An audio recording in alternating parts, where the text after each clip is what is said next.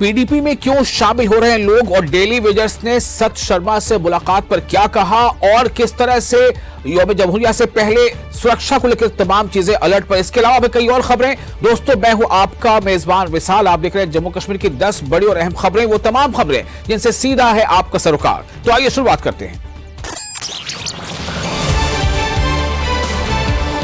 टंगमर्ग में पीडीपी ने membership drive चलाई, जिसमें बड़ी तादाद में नौजवान और कई रिटायर्ड अफसरान ने पीडीपी की मेंबरशिप हासिल की। गुलमर्ग चुनाव इलाके के पार्टी इंचार्ज शब्बीर अहमद मीर ने इन सभी नौजवानों और बुजुर्गों का माला पहनाकर पार्टी में इस्तकबाल किया। उन्होंने कहा कि वो गुलमर्ग चुनाव इलाके के लोगों की खिदमत करना चाहते हैं और उनके मसाइल को हल करना चाहते हैं। मैं एक सीनियर लेक्चरर रिटायर हुआ हूँ।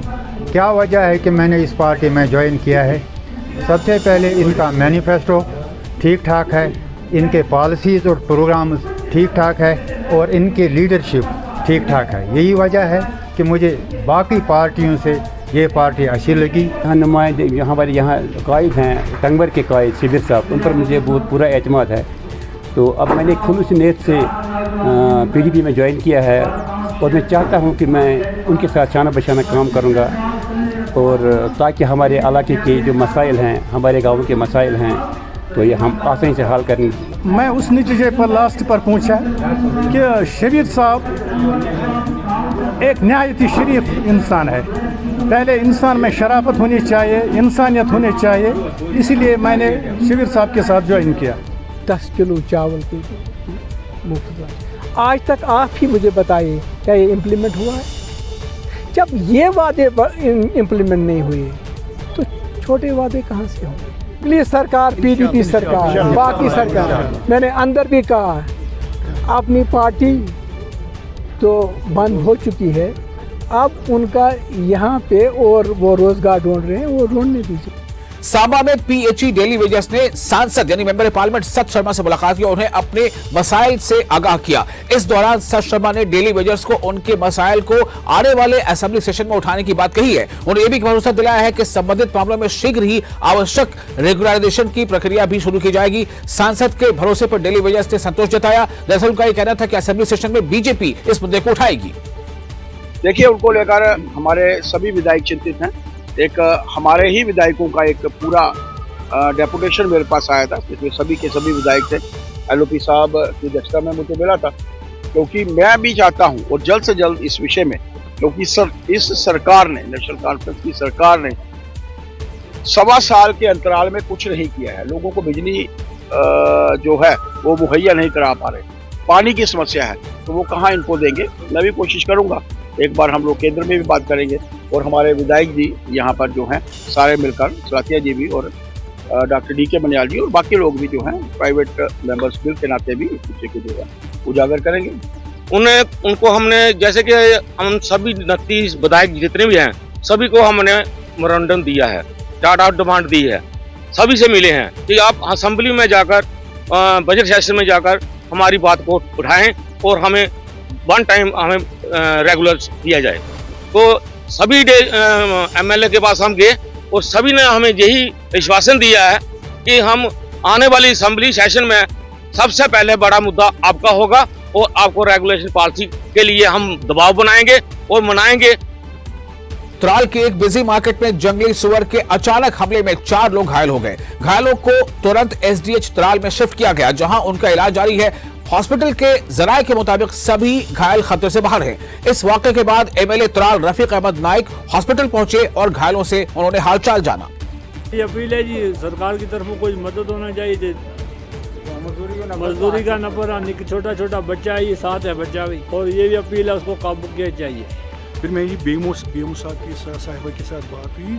उन्होंने कहा कि ये जो 3 हमारे यहाँ हाइना में और इधर त्राल में टाउन में, शायद हॉस्पिटल रोड पे ही इधर आसपास ज़ियारत शरीफ के पास 2 औरतें और शायद ये अपना खान साहब भी जख्मी हुआ, लेकिन ये शदीद इनको हाथ में बड़ा जख्म आया।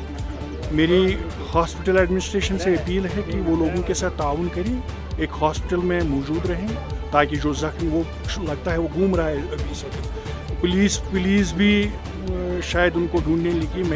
मेरी पुलिस से भी गुजारिश है कि लोगों में पैनिक गणतंत्र दिवस यानी यौम जमहूरिया के मद्देनजर जम्मू बस स्टैंड के अंदर सुरक्षा व्यवस्था कड़ी कर दी गई है। जम्मू कश्मीर पुलिस और सीमा सुरक्षा बल की तरफ से ज्वाइंट ऑपरेशन पूरे बस स्टैंड कैंपस में तलाशी अभियान चलाया गया। डॉग स्क्वाड की टीमों ने भी, जांच के सुरक्षा बलों ने और स्टैंड के दाखिले से लेकर के जो एग्जिट डोर है हर जगह पर काफी वहां पर सख्ती से निगरानी की गई और जांच की गई।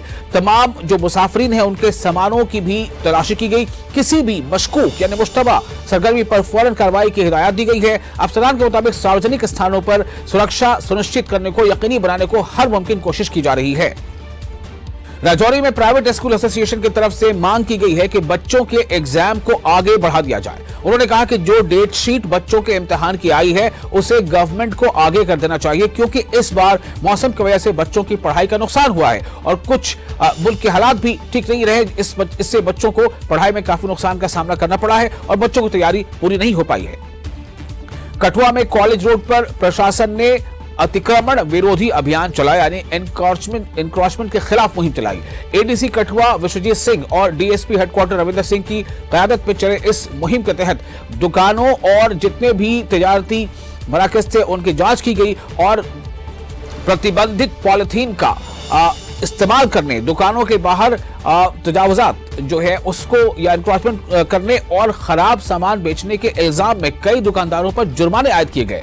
इंतजामिया ने दुकानदारों को सख्त वार्निंग दी है कि अगर मुस्तकबिल में दोबारा ऐसी गलती पाई गई तो उनके खिलाफ मजीद सख्त कार्रवाई की जाएगी। वादी कश्मीर के साथ साथ पूरे मुल्क में मेराज आलम मनाया गया। वादी की अलग अलग मस्जिदों और ऐसे इबादत की जो मराकज़ है वहाँ इसको लेकर के शब गुजारी भी की गई और काफ़ी वहाँ पर एक लोगों का जमावड़ा हुआ। लोगों ने नवाफिल अदा किए, अज़कार किए, दुआएं की, खुद इलाके के लिए, खुद के ख़ानदान अहले खाना के लिए, इलाके के लिए, पूरे मुल्क में अमन शांति के लिए दुआएं की गई। हज़रत बग दरगाह पर भी रात भर शबखानी भी की गई थी जिसमें लोगों ने इबादत पर रात गुजारे और सुबह की नमाज के बाद ही फिर वहाँ लोगों ने दुआ के लिए अपने हाथ उठाए। पापोर में रीजनल डेवलपमेंट फोरम नाम के एक नॉन पॉलिटिकल प्लेटफॉर्म ने एक प्रेस कॉन्फ्रेंस के दौरान जिले का दर्जा दिए जाने की मांग की है। इस मौके पर फोरम के जो वहां पर रिप्रेजेंटेटिव थे उन्होंने कहा कि पापोर को लंबे वक्त से सियासी और समाजी तौर से नजरअंदाज किया गया है, जिसकी वजह से इलाके में पूरी तरक्की जो है उस पर असर पड़ा है। उन्होंने कहा कि अब वक्त आ गया है कि पापोर को एडमिनिस्ट्रेटिव तौर पर एक फॉर्मल जिले का दर्जा दिया जाए।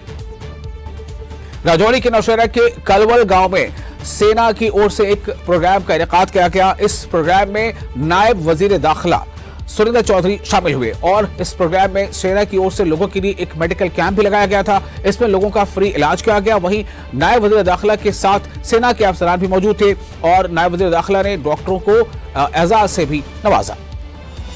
जम्मू में आयोजित स्पोर्ट्स कॉन्फ्रेंस कार्यक्रम में एलजी मनोज सिन्हा ने शिरकत की। इस दौरान उन्होंने सम्मेलन के आयोजन के लिए सभी को मुबारकबाद दी। साथ ही जम्मू कश्मीर में खेल के शोबे को और ज्यादा मजीद बढ़ावा देने की बात की गई है।